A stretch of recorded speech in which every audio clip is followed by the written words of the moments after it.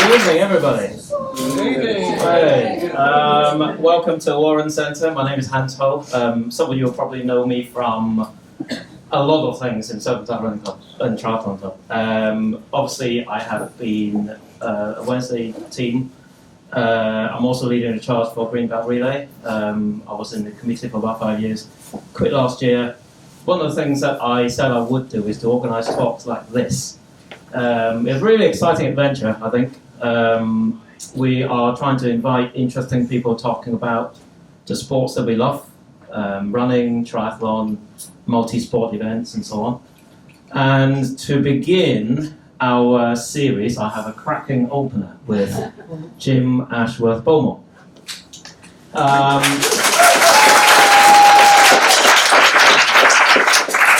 Very quickly about Jim. A coach in the Granny Show sessions, as well as I think you do some PT as well, don't you? I can You can go give on. you a rundown on that.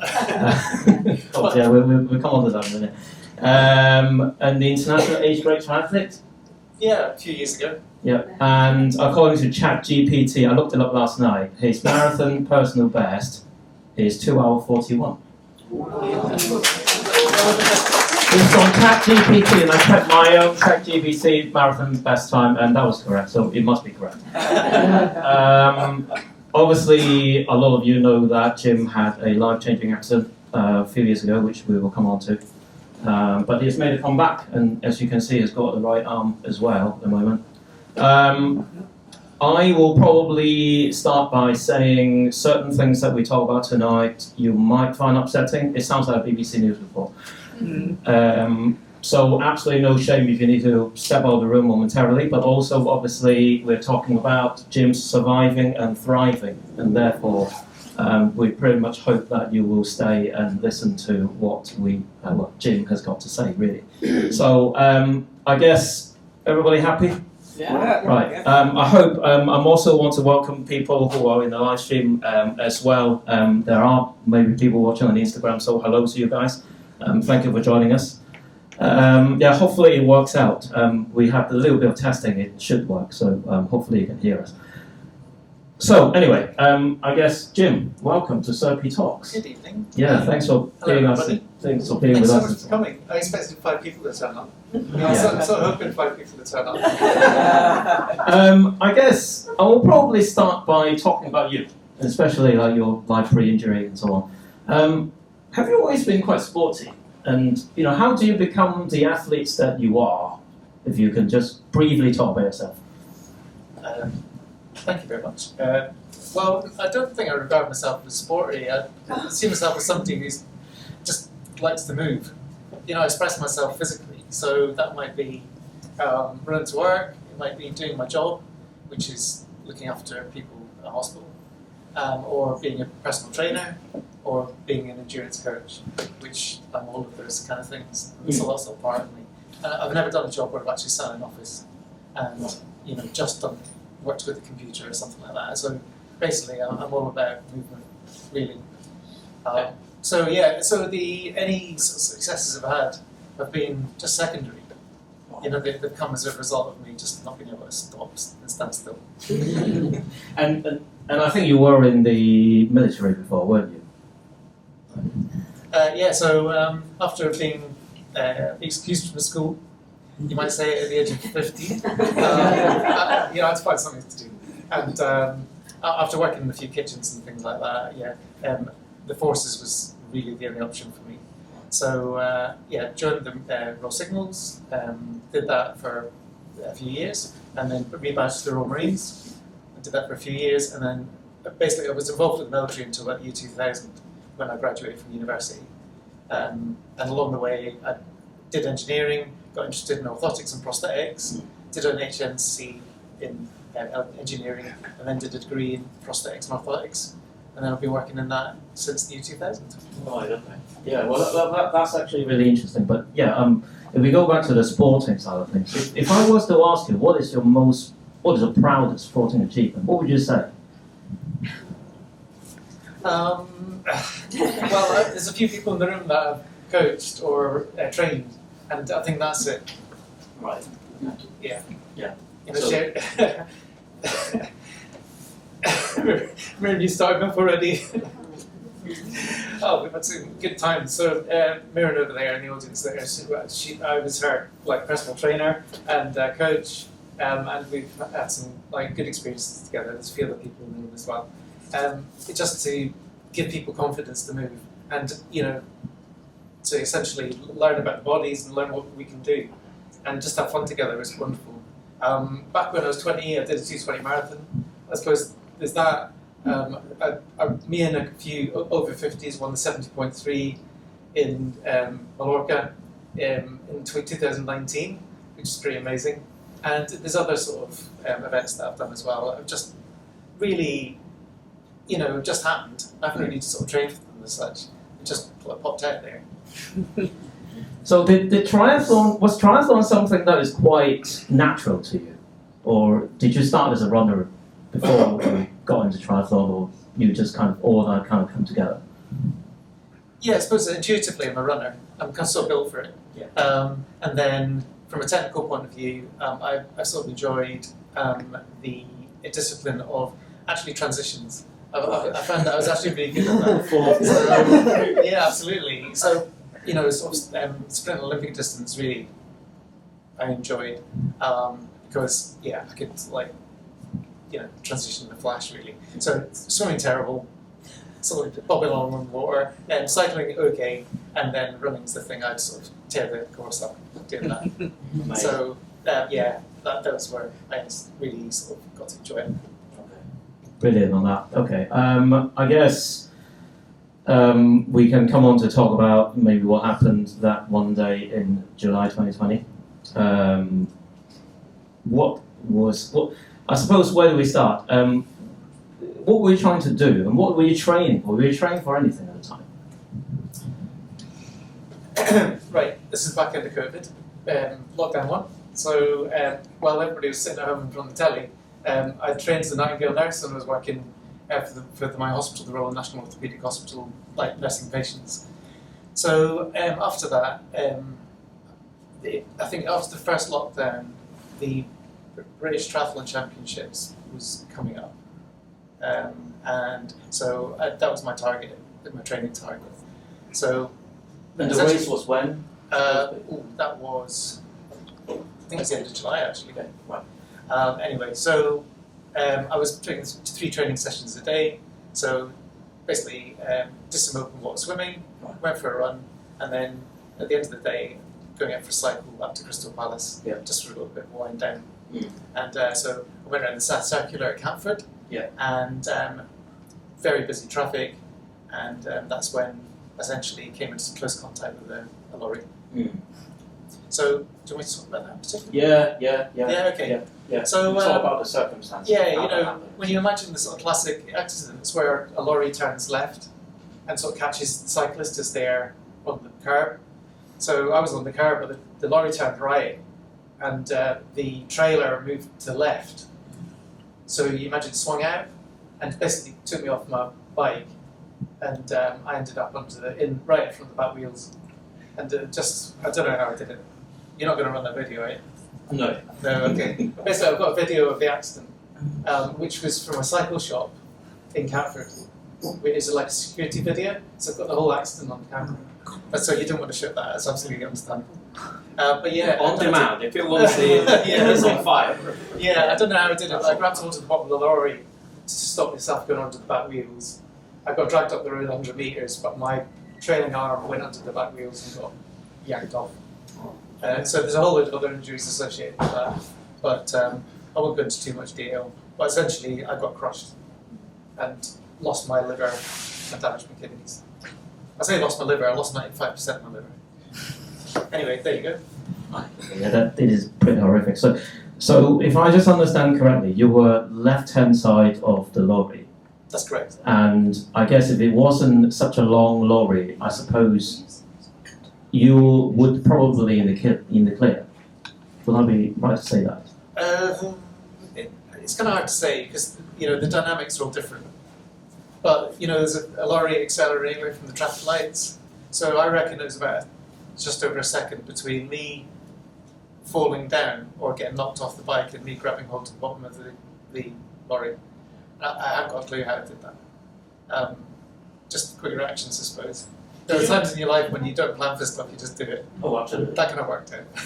Did you mention something about, because the lorry was on your right-hand side, you instinctively put your right arm out and kind of tried to, not resist it per se, I think that might be, you might not come off that way. But, Yeah. I mean, you might just want to kind of like put a bit of distance away, is that right? Oh yeah, it's a natural reaction to try and do that. You know, because I was getting pushed onto the pavement, which was consisted of the big pyramid concrete things. So your response is to hold on to the vehicle, and that's how it all kind of happened. I flipped underneath the wagon. And you mentioned a few injuries that you sustained. You said you lost quite a lot of your liver. Do you want me to go into all that? Yeah. Okay. You can just talk about like the injuries that you Let's had. go the list. Yeah, and obviously, you know, the arm and so on. Okay, so I lost my arm, lost the front of my body, basically deep lung injury, friction burns to 40% of my body, complete ribcage flattened, 5 vertebral fractures, abdominal rupture, kidneys, liver ruptured, nerve injury to my left leg, and I think that covers most of it. Yeah. So there's a lot, and essentially, what was going to kill me was my liver rupture because my the blood loss from that was catastrophic. So that was all in channel bleeding. So that's where the air ambulance came in. Yeah. If they hadn't been there, I would have just died on the road.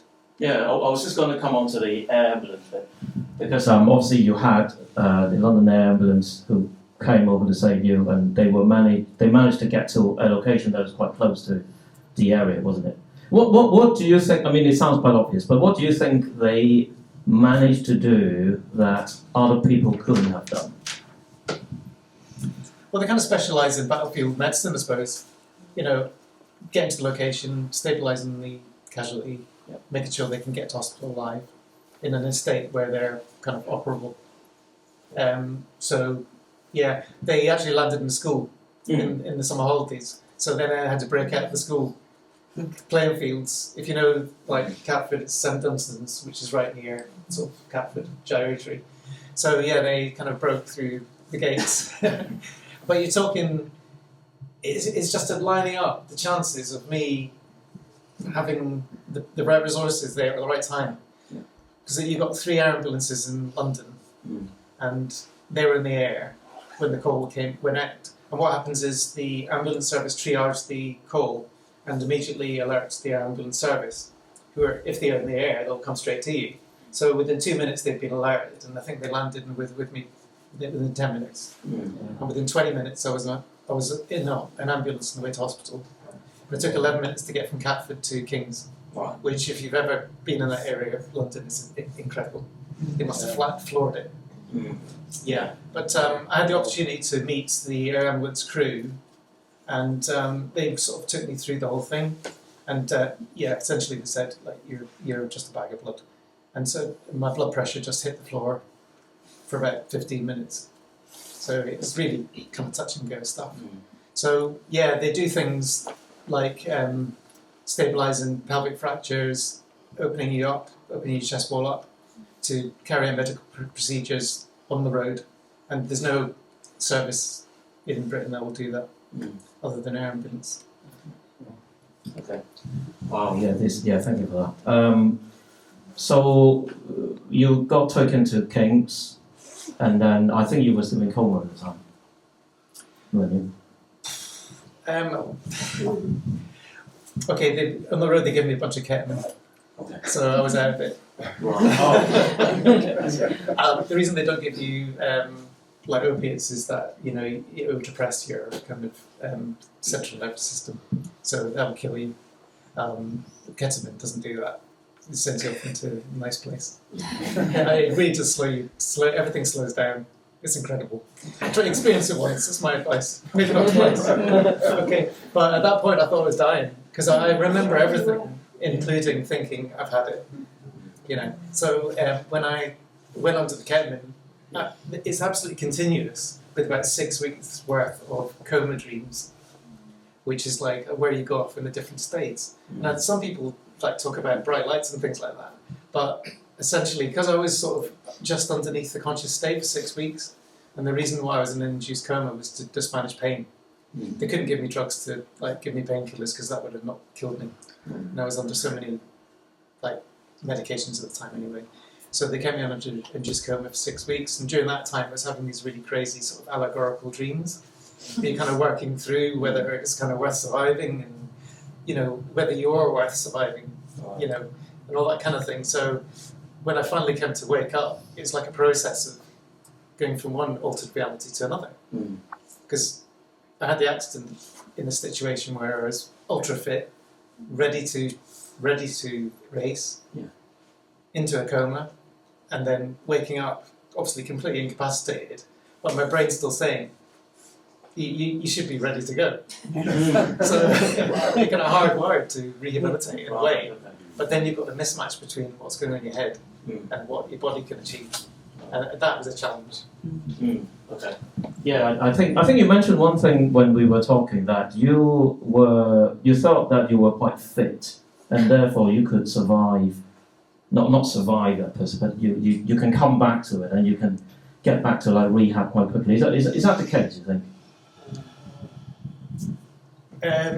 So I guess you're talking about physical fitness, mental fitness, I guess.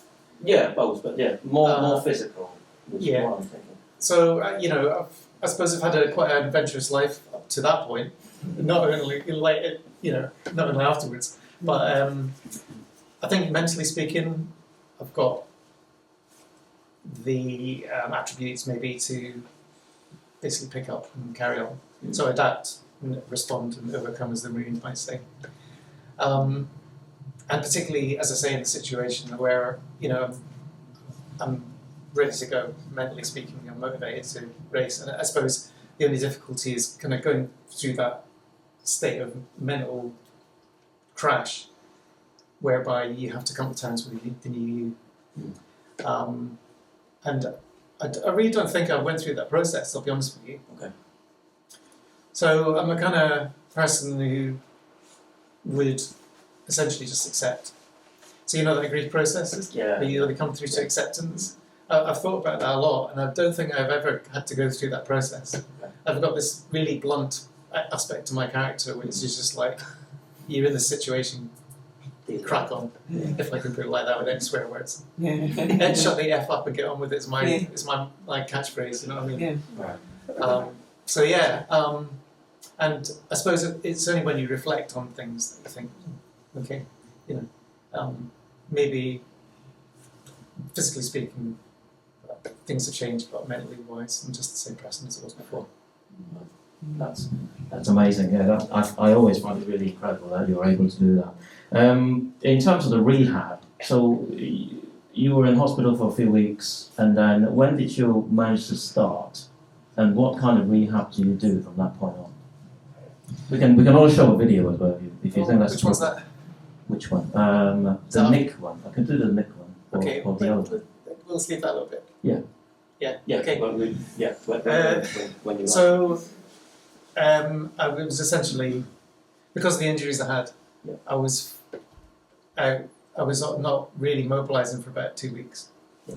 And there's a really nice photo actually of the first time I get away from my bed is when the staff took me onto the helipad on top of King's. I think I have just got that photo. Okay, and I've got to say, yes. Yeah.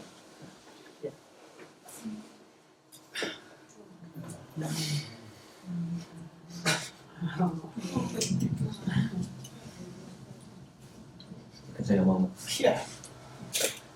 So that's my crew.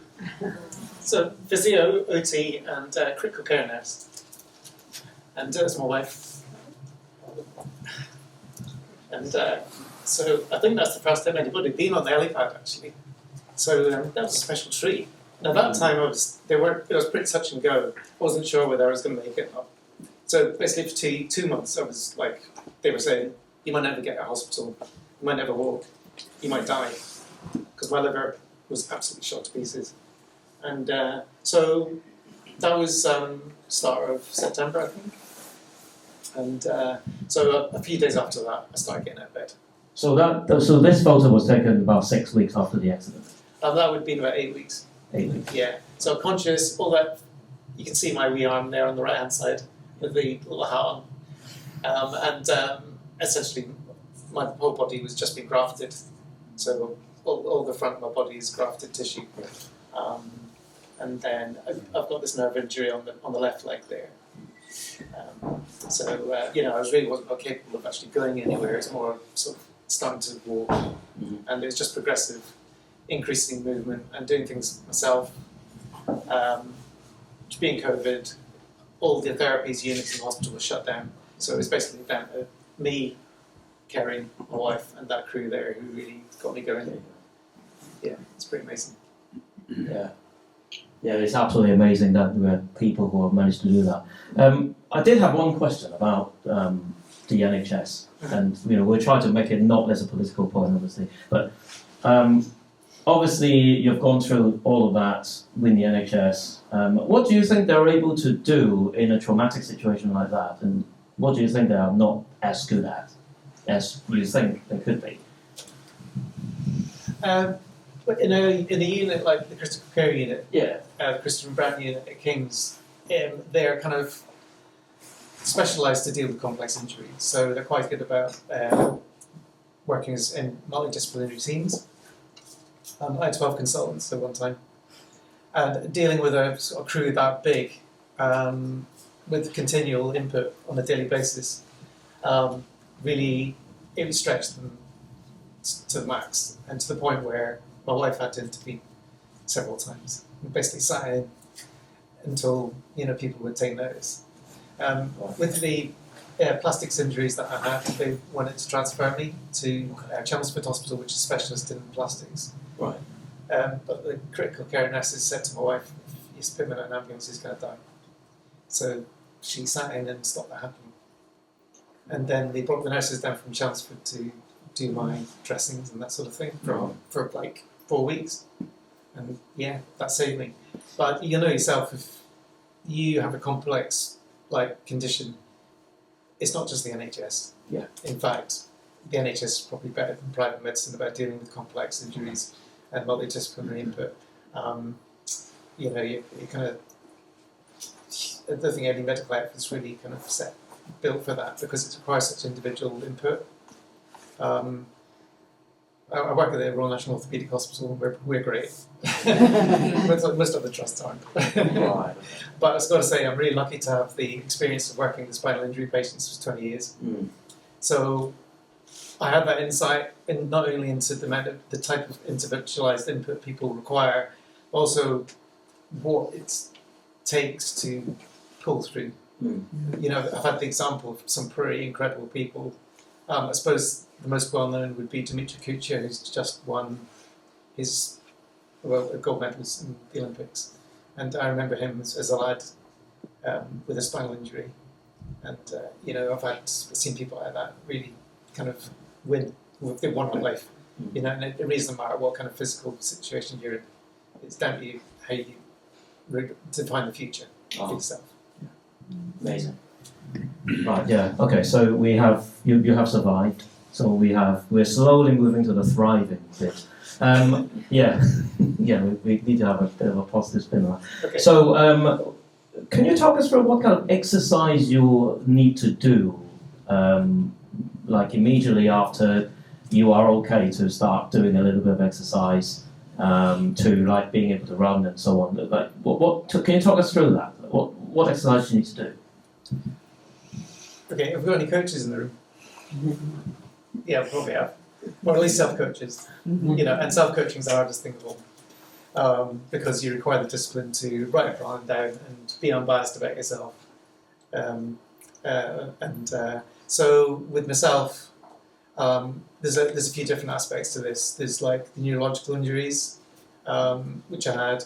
There's the physiological injuries, and there's the mental aspects, and also the deconditioning side.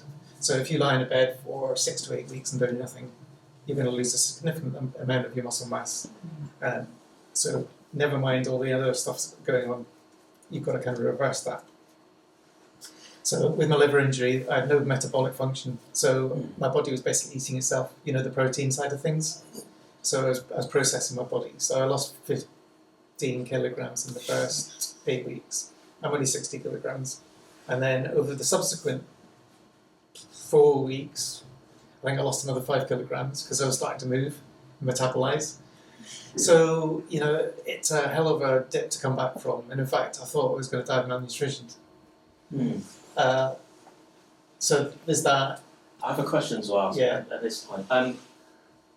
How do you gain weight at the time? And was it quite difficult? Was it quite hard for you to hold any food down? I mean, hospital food's not renowned, especially if you've got a renal diet. If your kidneys are packed up, you will have a diet with no salt, and it makes food really bland. So I'm sorry about this, but I do remember being sick of a plate and then having to basically eat it. Sorry guys, it takes a Marine to do that.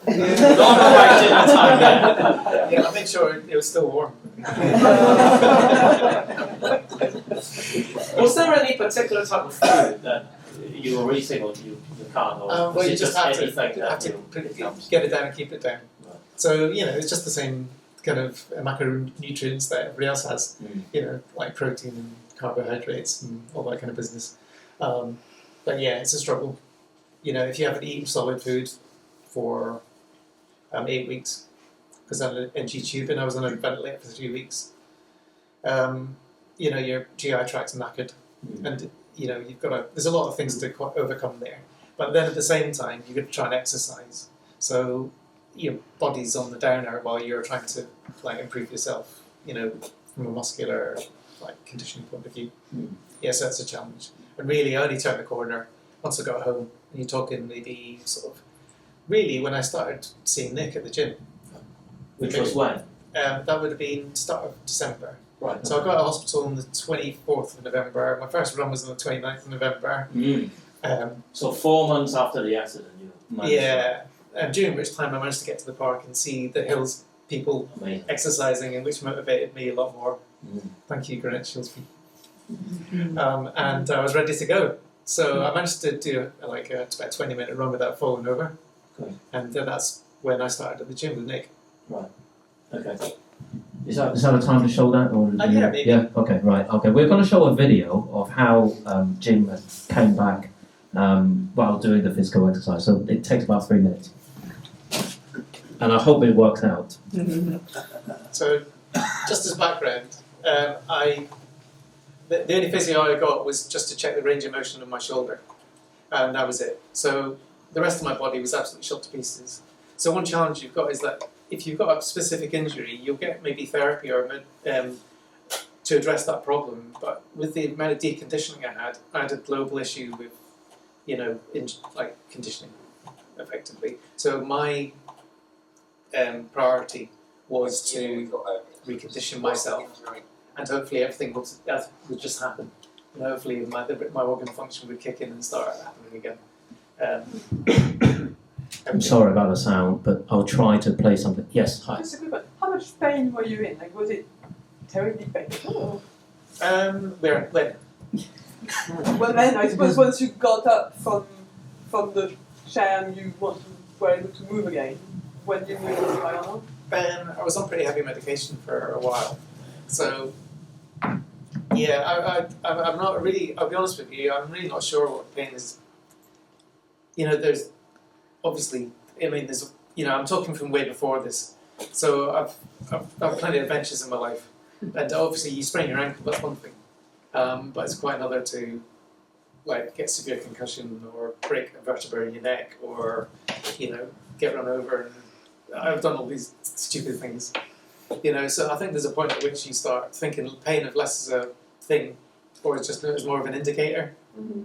And I think as I'm talking to a bunch of athletes here, probably had a history of, you know, injuries of some sort or another. I think hopefully we've got a sort of pain proportion.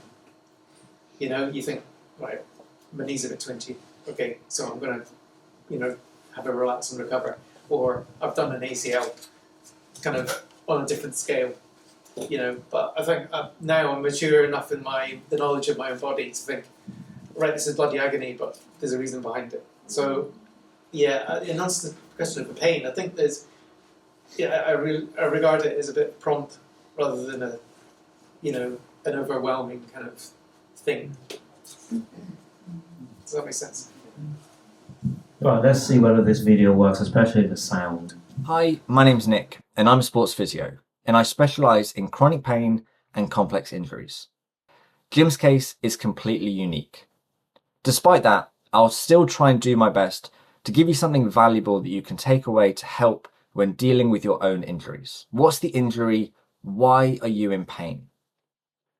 You can only plan a route if you know the start and end point. Now, in Jim's case, despite the injuries being significant, to put it mildly, we knew exactly what they were. We knew he'd lost his arm, fractured basically his entire ribcage, and damaged a nerve in his leg, to name just a few. I think a lot of people want to know Jim's secret. How has he achieved what he's achieved? And if I had to answer that question, based on our time together, I'd say the function of his central nervous system and the mental resilience that came with it was his secret weapon. His ability to calm and control his mind in the face of a challenge is phenomenal. He exhibited a glimmer of fear twice. Once when I asked him to hop off a box for the first time, and when he ran on a treadmill for the first time. Both times he knew that if it went wrong, he was ending up flat on his face. But both times he paused, spoke to himself, calmed himself down, and then did it immediately. The next is whole body movement. Can the whole body move as a controlled, complete system in an optimal way with no compensations? Ultimately, we're trying to rebuild his physical strength and ability to get back to running. And in truth, this is the easiest bit. And to do it, we focused on 3 key areas: leg strength, balance and plyometrics, and conditioning. I wanted to strength train him when he was fresh to get the maximal load and stress into the tissue. Then balance and plyometrics was great when he was fatigued, just the same as you would be towards the end of a run. And then cardio and conditioning was to empty whatever was left in the tank. Which movement best resembles the stress of the sport? And lastly, what adaptation am I trying to generate? So, target that same muscle in standing on one leg like you are when you're running and crank up the intensity. Now, in terms of conditioning, Jim had one requirement: to suffer. So, we did bike intervals or pyramid sets at various lengths to target different energy systems. Jim routinely told me that his favourite session was the one that left him forced to bolt across the gym and hang his head over the bin. Ultimately, in our very first session, Jim asked me to push him as hard as I physically could. And essentially, that sums up what I did with Jim for 12 months. I pushed him as hard as I physically could while keeping him safe.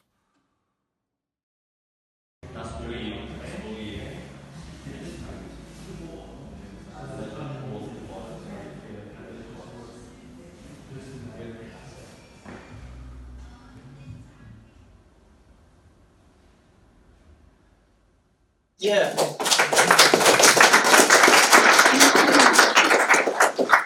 So, if you're more familiar with thinking about training cycles and, micro, macro, mesocycles, we're talking about similar things in that you might have some sort of long-term aim, which is frankly, a bit sort of notional maybe, a bit aspirational. Sort of maybe you're training for a marathon in 6 months' time. But in order to do that, you have to achieve the thing before it and the thing before it.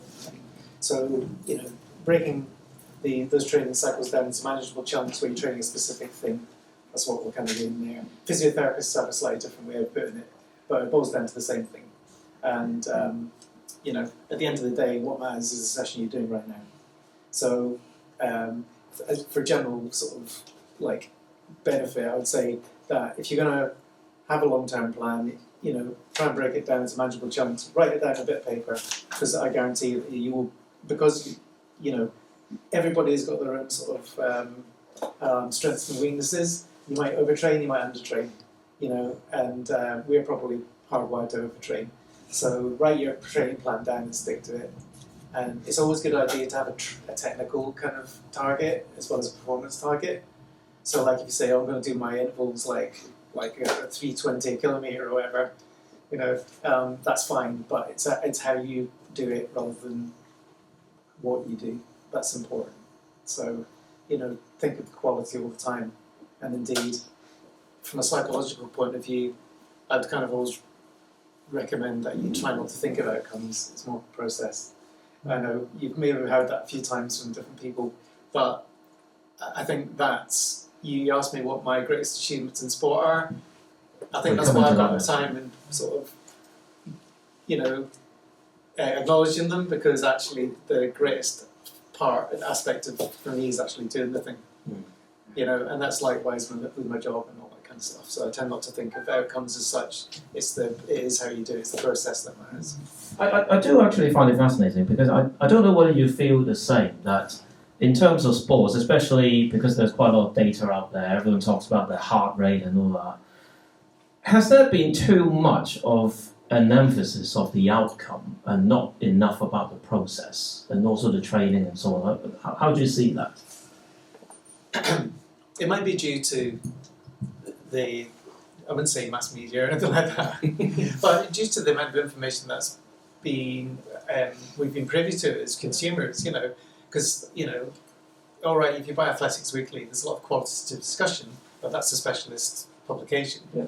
I think more recently, if you've got a Netflix kind of account or whatever, you can see was the sprinters? Sprint, yes. Yes. Which is absolutely awesome, isn't it? Yeah, about no one Because it's not about, it is about people gobbing off about their potential. Yeah. It doesn't matter. I'm going to start swearing in a minute, I better watch it. But it doesn't matter, does it? Because actually you see it's about people's preparation, mental preparation. You can see Fred Curley looking a bit nervy, and then there's Noah, he's probably a bit nervy underneath, but he's blagging it. And then you've got people who are just supremely confident, and Gabby Thomas. absolutely is she's incredible, absolutely brilliant. So you kind of, we're being privy to that. That's what I'm talking about. We're lucky to see that, because actually it maybe gives us a hint that you can enjoy your athletics. Wherever standard you're at, or you can actually make it a bit of a grim process of looking at your watch all the time. Yeah. And actually, the watch results of the outcome. They're not actually the effort. So it's measuring your effort, doing that right. Honestly, the qualitative bit matters, and it's the quantitative bit is the outcome, which is frankly, just comes. It comes. Yeah, this is actually quite funny, because I do remember somebody. I think that person is actually here, but I won't name names, was so nervous about the watch, what the watch says. She actually needs to hide the watch when she was running, so I think that was quite interesting. Going back to the accident and how you come back from it and so on, do you think, in terms of how you see sports and training, how do you think that has changed you? And also, was there anything that you would probably say now that you wouldn't say before 2020? Sorry, the hard question. Yeah. I think in one way, I would say nothing's changed, because whatever standard I'm at, the motivation was the same. Yeah. And it was the technique that changed a bit. Right. Running with one arm is a bit awkward. It's the weight, it's the weight distribution. So down on the floor there, I've got my little running implement. Which is basically, do you want to take that a minute? Yeah. How did you use that? Okay, so in October I had osseointegration surgery, which is basically where before I've got that part of my arm left. Now I've got a metal pin sticking out, which you may have seen on the media. So it's just a titanium post, and the arm's attached to that. So before I had that done, I couldn't wear a prosthetic device for sport. So I meant, running as fast as I could with one arm. And of course, you're completely out of balance. So although this device doesn't do everything, it's basically a metal stick with another weight halfway down it. And it weighs about 1.5 kilograms, whereas my natural arm weighs about 2.6. So that thing there clips onto the same post on there, and it's completely secure. So I can run it, I can sprint with that on. And although it's not the full weight of my natural arm, it's still enough to minimise the instability. So it makes running a pleasure again. Before it's complete effort. Mirren over there, went for a run with her and face planted, didn't I? And there's blood everywhere. And that's happened quite a few times, actually, to be honest. But since I've had this, it hasn't happened. So I recommend wearing a prosthetic device at all times. I do actually have a video showing how pleasurable it is for Jim to run with that thing. I'll just quickly show you this. Okay, this was 2 weeks ago, I think. So this is me winning a 10K. Winning. It's only a local one. Where I saw you a minute ago by the light.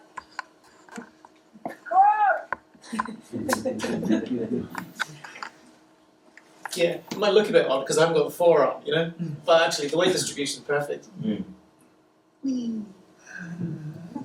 I think you did a marathon last year, is that right? Yeah. Yeah. I think 3:30. That's right. So Yeah. that is about, what, maybe 45 minutes? Yeah. Than what it was before. It was a pretty nutty course, actually. It was North Norfolk, so it was very undulating. The weather was like gale force. It was force 10. Absolutely 6 inches of water on the ground type of thing in places. It was mad. So, there's always progress to be made, which is great. I've actually reset. The one thing that's changed, your original question that we've completely digressed from, was how do I feel now? And I think I feel like reborn. It sounds ridiculous. I'm not religious at all. Okay, but essentially it's resetting everything, isn't it? So it's like all the old PBs and stuff out the window. I'm in a different class now. So I'm completely free now. So I think that the better you get, you start looking at power of 10. Your times, and there was a time when I was in the top 10 for my age group in the UK for marathon and 5 mile, I think it was. And then it gets a bit tyrannical because that's when you start thinking outcomes all the time. And despite yourself, you feel that pressure. I mean, it's only a clean hobby at the end of the day. But we define ourselves by it. It's absolutely mad. I do sometimes need to remind myself that the times that I run only matters to me. It doesn't matter to anybody else. Yeah. Sometimes I forget. Really. So 3:30 last year, you ran in a pretty, crazy marathon with mud and all that. What kind of times would you like to run? I'm sorry, I know we just talked about process versus outcome, but we need to talk about slightly about the outcome. So what time would you take now, if you're training properly? For a marathon, I don't know, maybe 3:10. Yeah, that would be okay. But it all depends on the course. Yeah. So I'm more of a half marathon guy anyway. But I hope to start doing triathlon again. My pride, I suppose, in terms of thinking job done, bearing in mind I was training for the British Triathlon Championships in 2020. Yeah. I came third in the British Power Triathlon Championships in June 2021, which was cool. Yeah. How did you manage to swim and cycle during the time? How do you mean? I mean, because obviously you've lost an arm, so... Okay, have you got any photos? I think I do. Okay. Just hold on. So it requires a bit of adaptation, and that's what para triathlon is all about. In fact, if we want to get into the whole philosophy of disability and ability and stuff like that, which I'm really not sure about those terms. Bearing in mind, I've worked with in healthcare with everybody from elite athletes down to profoundly injured, spinal injured patients for the last 25 years. The psychology, people's psychology doesn't change. If you've had an injury, you either, you have your way of getting right through it, or not, as the case may be, depending on your approach to life, frankly, your psychology, and that remains the same. So, I suppose, an athlete who's come off the bike, Alex Yee ran into a post in 2019 or something like that, and basically almost given himself a spinal injury. He just bounced back from that. I mean, you don't bounce back quite as easily once you're age.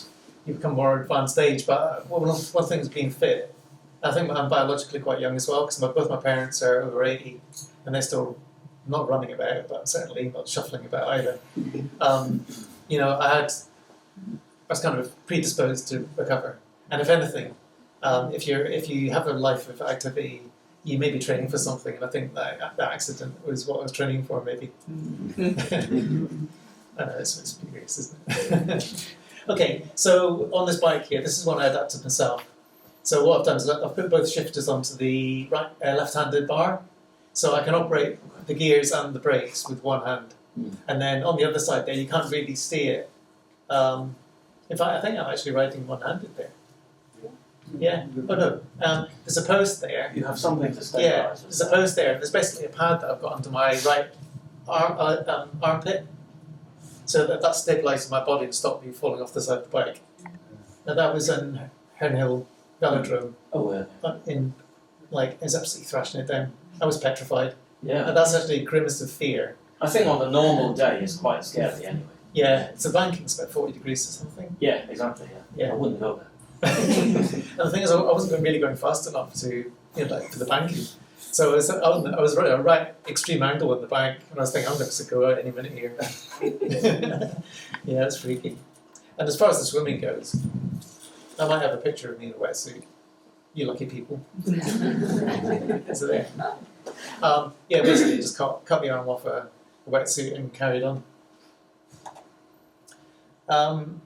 The background to this is that there's a guy called David Poland who's a triathlon coach who I know very well from, the Lido up at Charlton.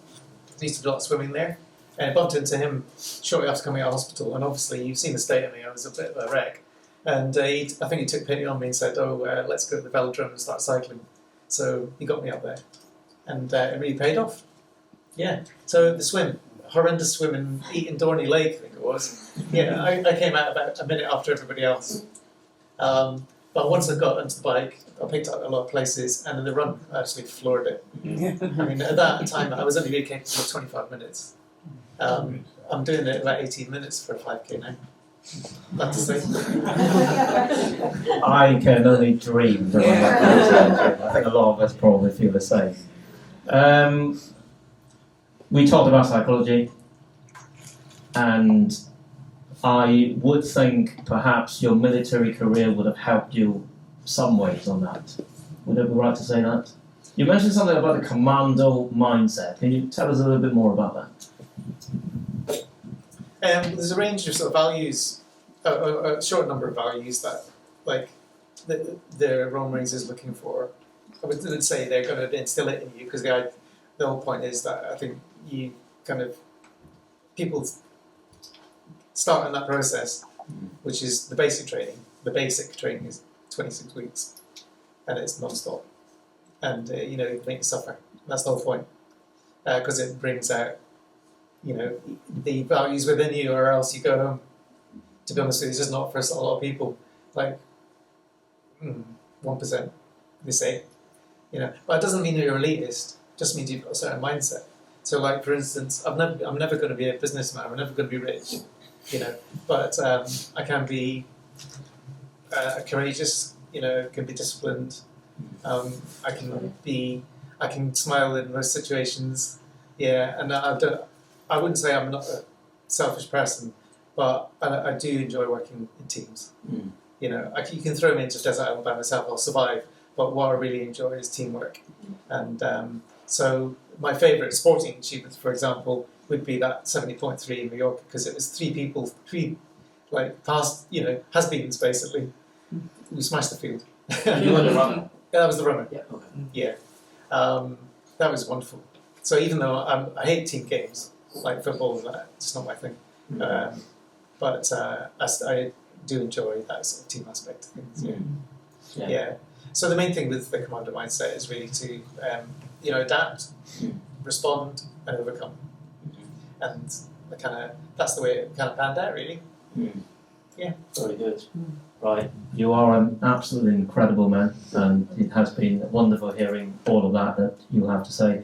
I'm going to open it up to the floor now. I'm sure you have a lot of questions you want to ask Jim, and I have asked him, and there is nothing that you can't ask.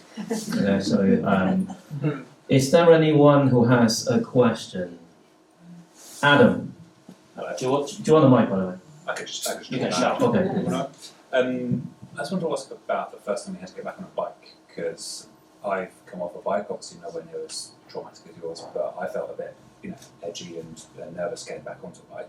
And after going through something like what you went through, that must have been quite a moment. Will you just repeat the question into the microphone so that I Yeah. can? Not you don't have to, but Hans, if you can say the question was or something I like probably need you to repeat. I think you said something about you had an accident. What was it like the first time you had to get back on a bike after going through what you had the last time on a bike? Yeah. So the question is, what was it like to be going back to the bike for the first time? Okay.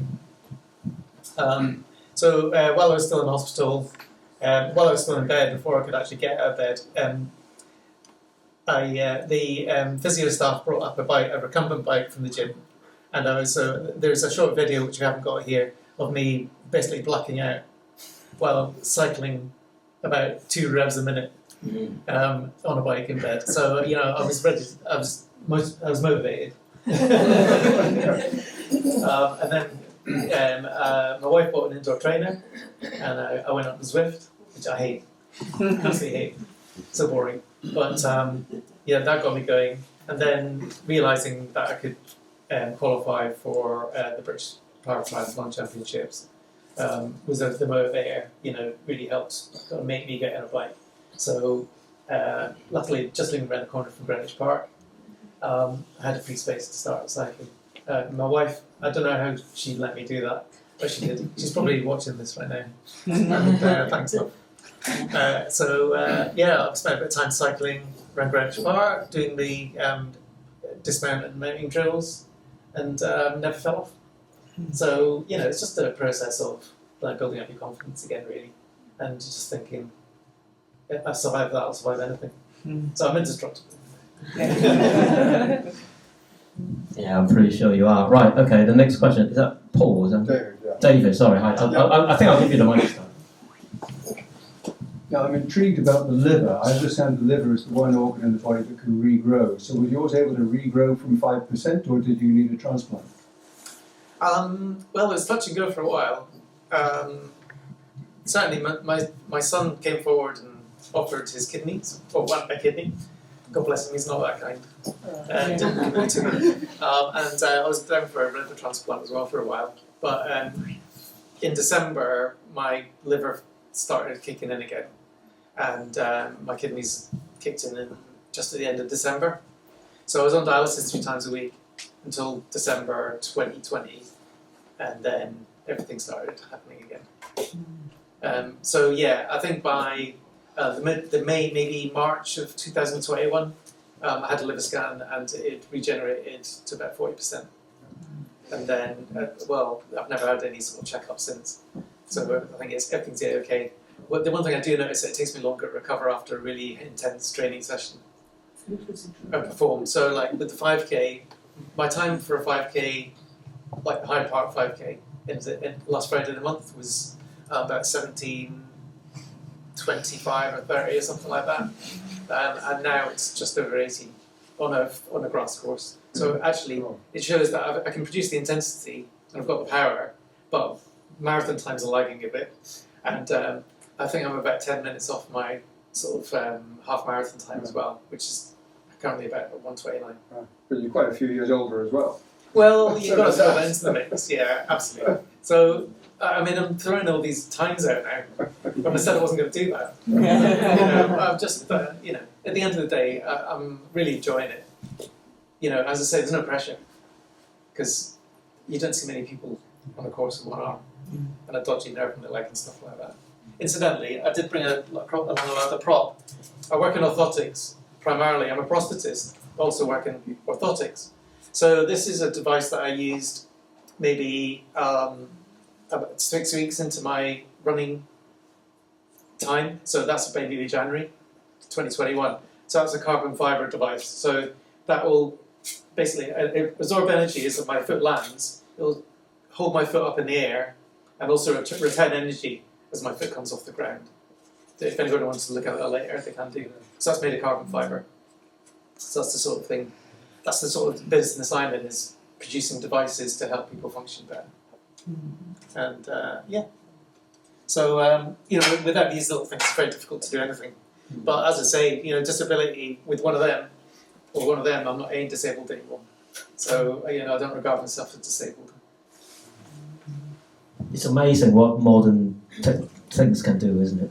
I've got a couple more questions. I'll probably go to the back now. Abby, I'll try my best to repeat your question because it needs to be recorded. All right, thanks, Hans, and thank you, Jim, for doing this talk. The question I have for you is, what advice would you have for any of us or for anybody else to sort of try to develop the type of mental toughness and resilience that you've demonstrated? Is there something that you still do on a regular basis to sort of keep sort of reinforcing this fantastic sort of mental toughness that you've got? And is there something that we could do to sort of emulate that? So what kind of advice would you give to people to boost their mental toughness, is the question. Okay, thanks. I'm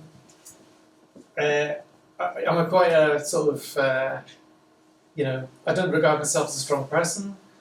For a starter, I regard myself as quite a weak person. I'm very shy and introverted.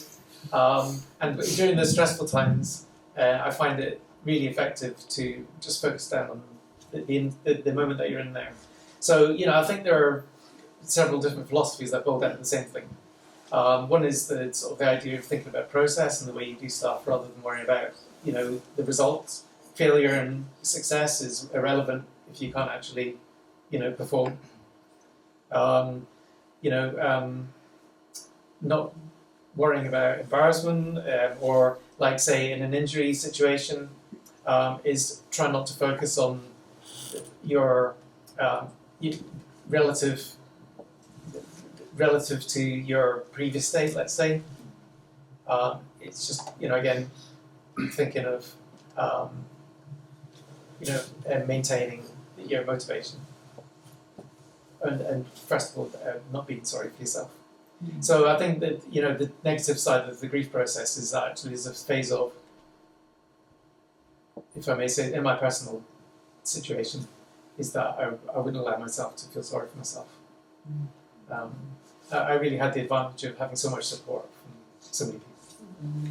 That, I wanted to actually return the gift that they gave me, which is the support. So on that point, none of us are locked in a solitary confinement cell. Mind you, wasn't there for a while. But I wouldn't say you're feeding off other people's kind of support, but I think if you let people in, show your weakness, talk about how you're feeling, and let people support you, they will, and that will support you to get better. If that's going to happen, you can't you can't make nature heal you. That's something that will come whether you moan about it, bleat about it, cry about it, or whatever. It's just going to happen. So I think acceptance is the first thing, and then letting kind of things happen for themselves. That's a bit of a nebulous answer. Sorry about that. I hope I answered it in some way. You did, thank you. Yes, gentleman on the left. What's your name? Yeah, hello, I'm Nick. I broke my back about 15 years ago. I fell 18 feet into a basement. Wow. And had a week where I was told I would never walk again too. So it's not quite so bad as yours, but my half marathon time was 1:33. All right. Age 57. Awesome. But I mean, I've only been running for about 6 years properly, and you said some very interesting things about not being obsessed with outcomes and focusing more on process. Could you tell us a little bit more about how we can motivate ourselves to do that, and what within process kind of keeps you going? Just quickly repeat the question. So the question is about how do you motivate yourself to focus on the process rather than the outcome? Okay. So I think it's you mentioned looking at your watch all the time. So they're a great training tool, but they're only really effective in retrospectively. So first of all, I talked about like technical targets, technical goals. So it's thinking about maybe your arm motion, or your hip posture, or your cadence, or some other aspect of your running parameters to focus on, just to improve your efficiency, let's say, and then obviously using your watch objective outcomes as a monitor to your progress following that. So in other words, put the watch down. You if you're more efficient, less energy leakage, you get a better performance. It's not all about physiology. It can't be. It's like if you're a swimmer, you know that if you try too hard, your times will get worse. In fact, swimming is a really good way to discipline you for other sports, because if you don't focus on the technical side, you will get worse. You won't get better. And carrying that across to other sports is really helpful. I think there was a question on the right. Did you have a question? Yeah, I've got 2 questions. 2 questions. Okay, I'll try to remember I've got both. a quick question and a story that's maybe interesting. So the first question is, because there was talk about the bionic arm. Is that it, or not? The one your Okay. Question is that the bionic arm? Okay. Well, strictly speaking, yes. So that's the definition of bionics, which is essentially any addition to synthetic addition to your body, I suppose. It's not powered. Should I stand up? Yeah. So this arm here, it's attached to me with the osseointegration, so that's that metal post. But it actually works through that cable. So that cable is attached to my body, goes around the back of my shoulders, and so I'm operating the terminal device by moving my shoulder blades. And most of the time the movement's quite subtle, so you don't really notice it unless you know. And then I can unlock the elbow with a cable coming down the front of my arm, so that allows me to operate the elbow. So it's a really, really simple device with technology that's over a century old. So it's not connected to your brain. Well, kind of. In that, I have intention, and I'll put some input into the system, and the output is fairly kind of straightforward. And the nice thing about this is the control's quite easy. And there's also, you get quite a lot of feedback through the cable. So if I shoot this lady's hand here, so I can be nice and gentle, or I could be really kind of firm. I can crush a can with this, or I can hold a baby's hand if I so chose to. Now, the more the thing thinks for itself, obviously there are more kind of steps there. The more you actually have to think about controlling, accommodating all those sort of steps in between. So although I have a powered arm, which is in the workshop in the minute because it's not working, whereas this thing's very simple and it's very hard to break it. I tend to use this at work because from a safety point of view, it's safe to work with patients, and it does what I want it to do effectively. So I think what I'm trying to say is that prosthetics is an ongoing kind of journey. As in orthotics, we're always tuning things to accommodate people's goals and their abilities. So this is about as bionic as it gets, really. Like I have a story as well. Okay, your story. So Okay, right, okay. So I probably need to give you the mic. So Jim one day came and with only just one arm, and he is left arm, and he had brought an orange. And and I would not. I've got obviously 2 hands. I would not bring an orange to eat in front of all the friends because it's a bit messy, and it goes everywhere. He had bought just an orange, not chopped and prepared by his wife or anything, just an old orange. And this is, I suppose, interesting because it shows how, it's not just about the running, the marathon, it's also about just normal life. And with just one hand, left hand, managed to very cleanly open, eat, and just eat the orange in front of a whole group of people, which is incredible. Oh, wow. I can even tell you how do you do it? How do you do it? That's the point. You've got the thing. You've got your goal, and it doesn't matter a damn how you achieve it. And so That's never really concerned me. So actually, I've never really had a situation where I've thought, oh, helpless. I can't do it. It'll happen. I will make it happen. Yeah, so I don't know, how do people think you eat an orange with only one hand? Honestly, can't remember. So, When you had it under his, like here, I think it was probably. and then open it by holding it between your like here in his chest, and then. I must have really, really weird So answer. it's like that. So that was quite extraordinary. Thanks for that. It's pretty deep. It's important as well, right? Life is not just about running a marathon. No, you're right. Yeah, okay. Abena has a question. Yes. Hello. Hi, thank you for this amazing story. My question is, so from the first operation to your first exercise, how long did that take? Because obviously you've undergone something like traumatic, and then the recovery process as well. So we saw you exercising in the gym, but what was the time lapse between you getting out of bed, balancing, getting to the gym? So very quickly, the question was about how long did that take you from getting out of bed to the exercise? Okay. Right. I guess it's it's very progressive. So when I was in hospital, I was basically I pushed myself to get out of the hospital. So I basically absconded. So if Kerry's watching, this will be funny. Because King's has got a Marks and Sparks on the ground floor. So my exercise for the day would be escaping from the ward, trying to walk down the stairs, and then I started out not being able to walk back up them again. So I'd have to get the lift. And by the end of that week, I was walking up the stairs, 3 flights. And then within 2 weeks, I was getting down to the pizza shop. And within 3 weeks, I was walking around Camberwell in November. This ghost, like a 2-stone ghost with a pizza and a stick to bouncing off the walls. God knows what the locals thought. So when you talk about exercise, it's all like progressive like that. But I was running within 3 days of getting out of hospital when I couldn't really walk.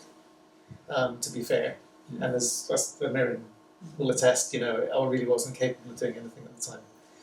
So when you talk about exercise, it's just the motivation to get up your arse and do something,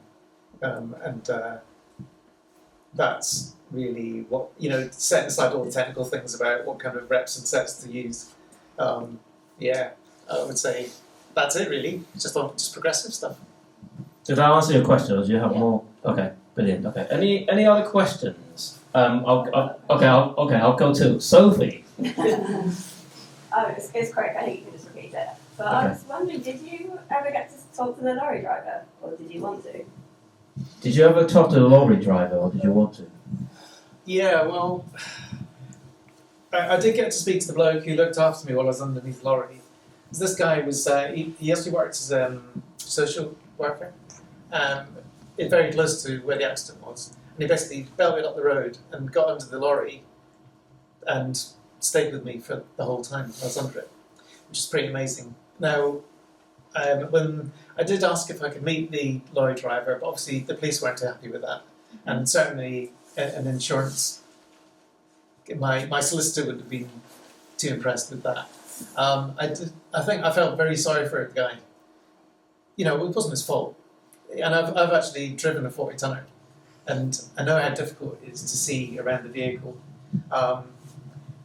The upshot is that I was actually in a blind spot, and he couldn't tell that I was there. I mean, obviously, he didn't see me on the side of the road, but nonetheless, it wasn't his fault.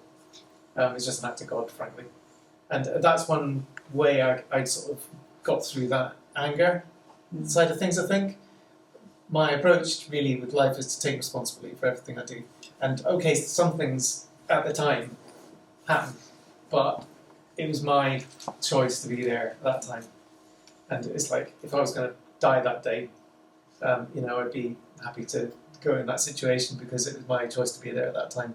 But But I think taking for me, taking responsibility for that is a really important step in moving on.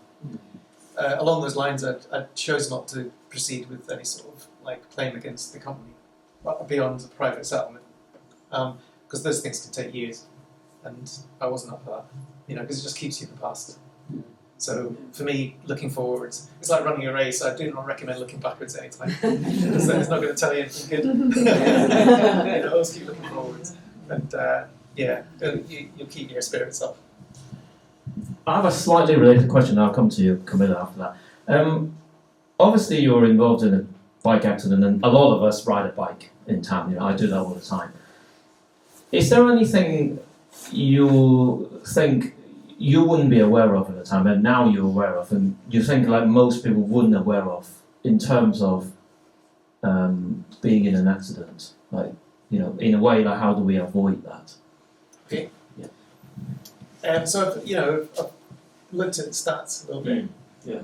So in 2024, only 10 people died on a bike in London.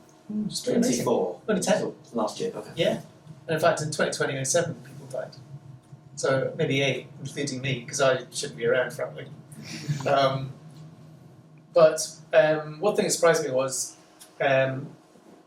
although like injury-wise, it's about the same for men and women. Like 90% of fatalities are men, and the peak age, or the frequency increases as you age. So when you get to about 60, 65, that's when the peak is. But it's rising linearly as you age, which kind of suggests to me that maybe blokes aren't really good at sort of risk assessment. No. Maybe we're better than we are. What do you think? Always wear a multi-directional impact protection system in your helmet. All right. If you know a guy called George Peasgood, he's a para triathlete who came off his bike during a training ride with his girlfriend in 2021, I think, and had a really severe brain injury. And there are obviously severe injuries are kind of almost worse. Like I could have said, "Oh, sorry, I'm going to die because my injuries are really bad." I'm really lucky to have recovered the way I have. Yeah. Do you want to kind of live with a spinal injury? Yes, of course. But it's actually living with that, isn't it? It's recovering from that. It's the tough thing.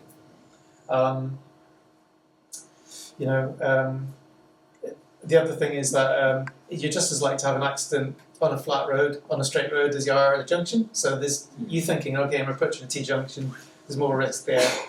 Well, actually, if you're going to die, it's just as likely to be on a straight road, and you're more likely to die in the rural sort of setting.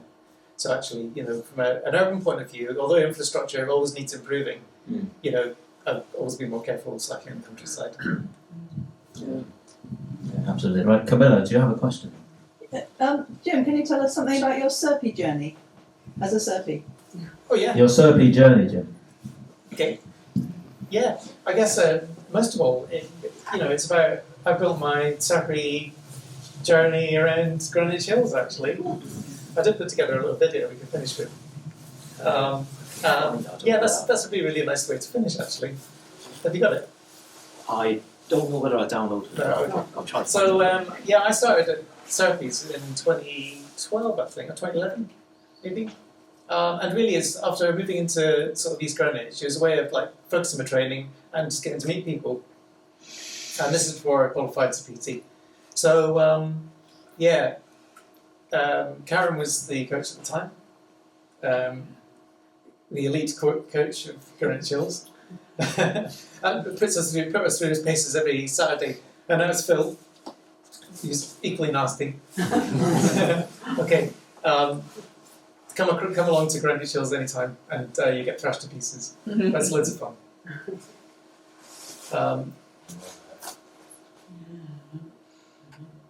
Yeah, so although it's more motivation for me than anything. Is it working? I'm sorry, I can't get it to work. Okay. There's a bit of a split screen issue here. Anyway, I think there was another question here. Somebody has raised their hand. Okay, right at the back, yes. Hi. Yeah. Your name is? John. John, hi. Hi. I seem to remember you had a GoFundMe page a few years ago for the arm. Is what you've shown us tonight what you are looking for funding for, and was the funding successful, or is that still open, that page now? Yeah. So the question was about GoFundMe and what kind of fundraising you do, is it successful and so on? Yeah, that's a really good point. I'm sure everybody's seen it or knows about it.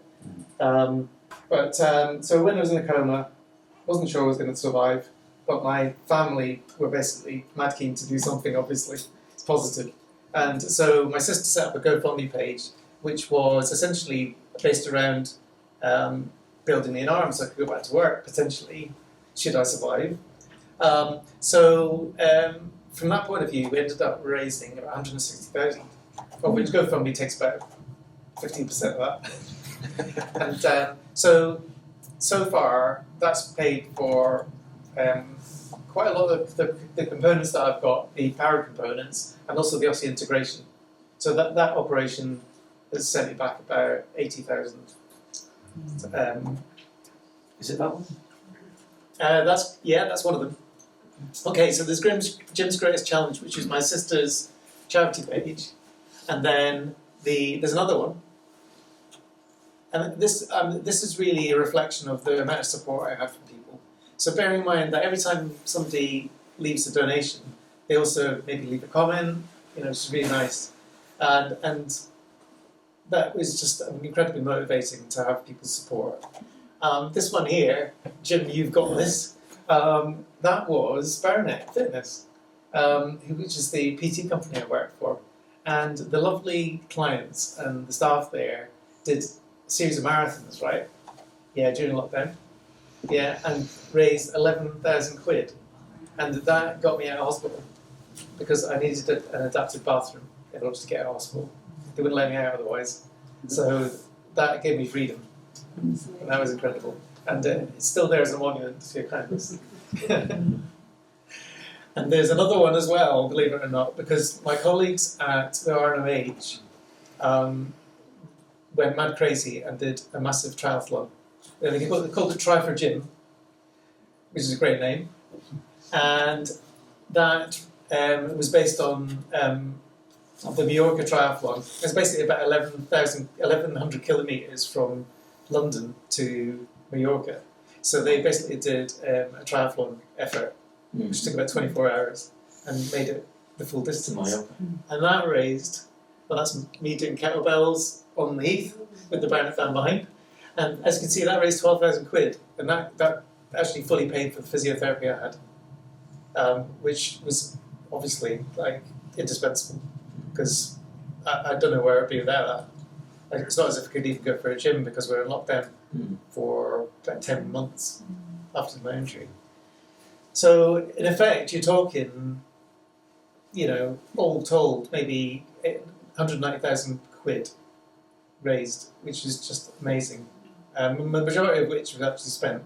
And certainly in terms of getting out of hospital, getting home, getting the rehabilitation, you're talking 25,000 quid, and which is not obviously available to everybody. I was just really, really lucky to have a bunch of amazing people behind me. Would I be in the situation I am now without that? I doubt it. Or would it take me a lot longer? So, as I say, it's not me. It's not my, I haven't done it all myself. I've just been incredibly lucky. Yeah, it's a team game. Yeah, definitely. Are there any other questions? Anyone got their hands raised? Nobody? Right. Okay. Right. I guess we are probably almost out of time. We have about 10 minutes to get out of this place, and we need to get all the chairs back and so on. So I think we are probably going to wrap up now. Can I just say massive thanks to Jim? Thank you very much.